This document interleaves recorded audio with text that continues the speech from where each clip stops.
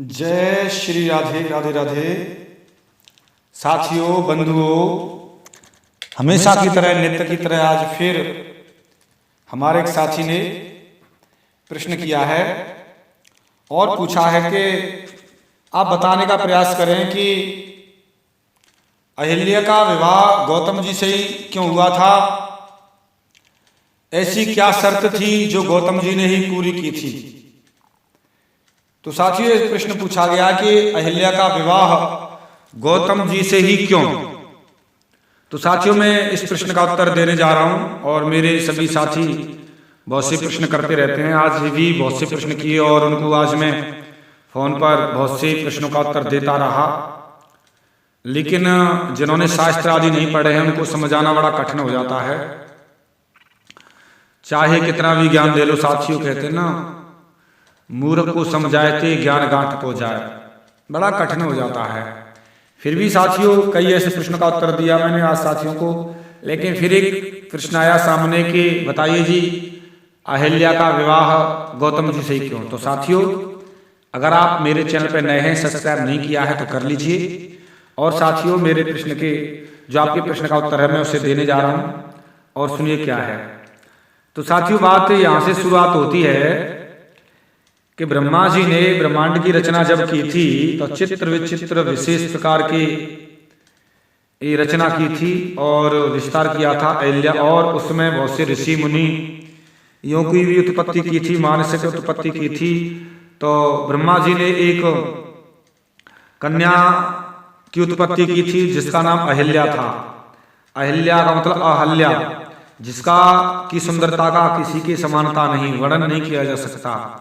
अहिल्या के रूप को देखकर सब बड़े मोहित थे, बड़ा सुंदर था, परम सुंदरी नारी थी। उसे देखकर सभी ऋषि मुनि आदि सभी राजा महाराजा सभी बड़े सुंदरता पर बड़ाई करते थे, बड़ी महिमा थी और मोहित थे, और सभी उसे देखकर अपने साथ विवाह करने के लिए कहते थे और सभी अनेक वर आते थे। लेकिन ब्रह्मा जी को बड़ी चिंता हुई कि इसका विवाह करना चाहिए। अब उन्होंने एक विराट स्वयंवर की रचना की, विशेष बड़ा स्वयंवर बनाया और उसमें स्वयंवर की रचना की और अपनी पुत्री का विवाह के लिए सारी व्यवस्थित विधि विधान से व्यवस्था की। और उस स्वयंवर में एक शर्त रखी कि उस शर्त को साथियों ब्रह्मा जी ने कहा, जो इस सुरभि गाय की, जो इस गाय की महिमा के बारे में जो भी बताया गया है सब जानते ही हैं साथियों, लेकिन इससे अतिरिक्त एक बात और है कि जो पृथ्वी की 3 परिक्रमा करके आएगा उसको इस कन्या के साथ में विवाह किया जाएगा सबसे पहले। तो ये कंपटीशन साथियों रख दिया वहां पर कि कोई भी जाएगा पृथ्वी की परिक्रमा करेगा। तो साथियों, ये शर्त ब्रह्मा जी ने वहां पर रखी। ब्रह्मा जी ने अपने मन का प्रण बताया, जो 2 पहरों में पृथ्वी की परिक्रमा करके सामने आएगा, 2 पहर, 1 पहर 2 पहर साथियों आएगा, हम उसे कन्या का विवाह, अपनी अहिल्या का विवाह करेंगे।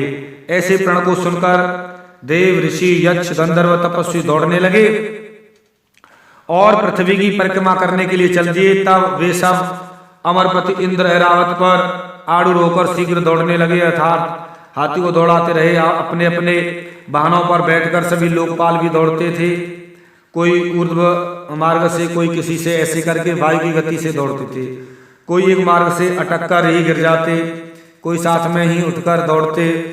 इधर गंगा जल में स्नान करने करके बाहर आते गौतम ऋषि ने दुमुखी कपिला गाय को जन्म देते समय देखा और उसकी जो उसने बछड़ा डाला था, बछड़ा का मुख दिखाई दे रहा था, क्योंकि वो सफेद रंग की गाय थी, कपिला गाय थी, और सुरभि गाय को बच्चा उत्पन्न करते समय देखा और गायत्री मंत्र का जाप करके उन्होंने उस गाय की यथाविधि 3 परिक्रमा की। फिर गौतम ऋषि ने नित्य की अनुष्ठान फुर्सत से संपन्न किया और सत्यलोक को लौटाए। ब्रह्मा जी से निवेदन किया, भगवान मैंने परिक्रमा करके सबसे पहले आ गया, तो अंतर ध्यान से आप चक्षुओं से देखो। तो ब्रह्मा जी ने जान लिया कि इन्होंने और ये पृथ्वी की 3 प्रदक्षिणाएं परिक्रमा करके आ गए हैं, क्योंकि उन्होंने बताया कि आप महाराज बताइए, जिसमें गाय बछड़ा उत्पन्न करे उस समय कोई 3 परिक्रमा उसकी करता है, तो गाय की परिक्रमा करता है तो पृथ्वी की 3 परिक्रमा मानी जाती है, ये शास्त्र का विधि विधान है। तो उन्होंने कहा बात तो सही है, तो इसी कारण से मान लिया ब्रह्मा जी ने कि इन्होंने 3 परिक्रमा कर ली हैं। विधाता ने कहा धन्य है, अहल्या का भाग फल तो प्राप्त हो गया। तत्काल उन्होंने उन दोनों का विवाह कर दिया। यथा विधि पानी गणैर विधि संपन्न हो गई। इतने में इंद्र आ गया दौड़ता हुआ और देखा तो इनका तो विवाह हो गया, ये क्या चक्कर है।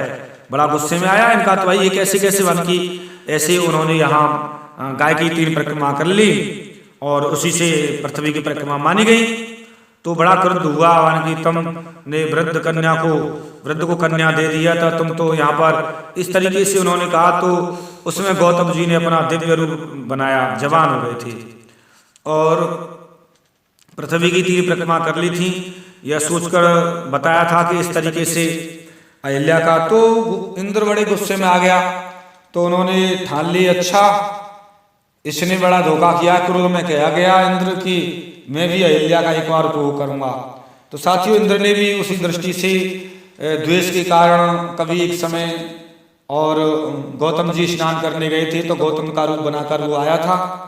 आकर जब उपभोग करने लगा तो उस समय गौतम जी आ गए और बिलाव का रूप धारण करके भागा और गौतम जी समझ गए। तो उन्होंने श्राप दिया, जिस योनि के पीछे भटकता जा तेरे सहस्त्र योनि हो जाएंगी, तो और तू नपुंसक हो जाएगा। तो साथियों कर्म का दंड भुगतना पड़ता है और भुगतेगा ही साथियों।